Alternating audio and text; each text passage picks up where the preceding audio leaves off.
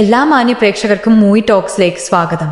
മലയാളത്തിലെ എക്കാലത്തെയും ഹിറ്റുകളിലൊന്നാണ് 1998 തിയേറ്ററുകളിൽ ഗംഭീര വിജയമായി തീർന്ന സിബി മലയിൽ ചിത്രം സമ്മർ ഇൻ ബത്ലഹേം. സൗഹൃദത്തെയും പ്രണയത്തെയും കുടുംബ ബന്ധങ്ങളെയും ഒരുപോലെ കോർത്തിണക്കിയ ചിത്രം ഇന്നും മലയാളിക്ക് ഏറെ പ്രിയപ്പെട്ടതാണ്. ഡെന്നീസിലൂടെ സുരേഷ് ഗോപിയും രവിയിലൂടെ ജയറാമും സൗഹൃദത്തിന്റെ മാന്ത്രിക വലയം സൃഷ്ടിച്ചപ്പോൾ അഭിരാമിയിലൂടെ നിരഞ്ജനോടുള്ള പ്രണയത്തിന്റെ തീവ്രത മഞ്ജു വാര്യറും ആരാധകരുടെ മനസ്സിലെത്തിച്ചു. മോഹൻലാൽ അതിഥിവേഷത്തിലെത്തിയ ചിത്രത്തിൽ ഇപ്പോഴും ആരാധകർക്കിടയിൽ നിലനിൽക്കുന്ന ഒരു ചോദ്യമുണ്ട്. രവിക്ക് പൂച്ചക്കുട്ടിയെ സമ്മാനമായി അയച്ച കാമുകി ആരാണെന്നും സമ്മർ ഇൻ ബത്ലഹേമിന്റെ 2ാം ഭാഗം എപ്പോൾ പുറത്തിറങ്ങുമെന്നും ഈ ചോദ്യങ്ങൾക്ക് സിബി മലയിൽ ഒരു ഓൺലൈൻ ചാനലിന് നൽകിയ ഉത്തരമാണ് ഇപ്പോൾ ചർച്ചയാകുന്നത്. ഏത് ക്യാമ്പസിൽ പരിപാടിക്ക് പോയാലും പ്രത്യേകിച്ച് വിമൻസ് കോളേജുകളിൽ എത്തുമ്പോൾ കൂടുതലായും കേൾക്കുന്ന ഒരു ചോദ്യമാണിത്. സമ്മർ ഇൻ ബത്ലഹേമിന്റെ 2ാം ഭാഗം ചെയ്യണമെങ്കിൽ ഇന്നത്തെ തലമുറയെ സംതൃപ്തിപ്പെടുത്തുന്ന ഒരു കഥയാണ് ആദ്യം വേണ്ടത്.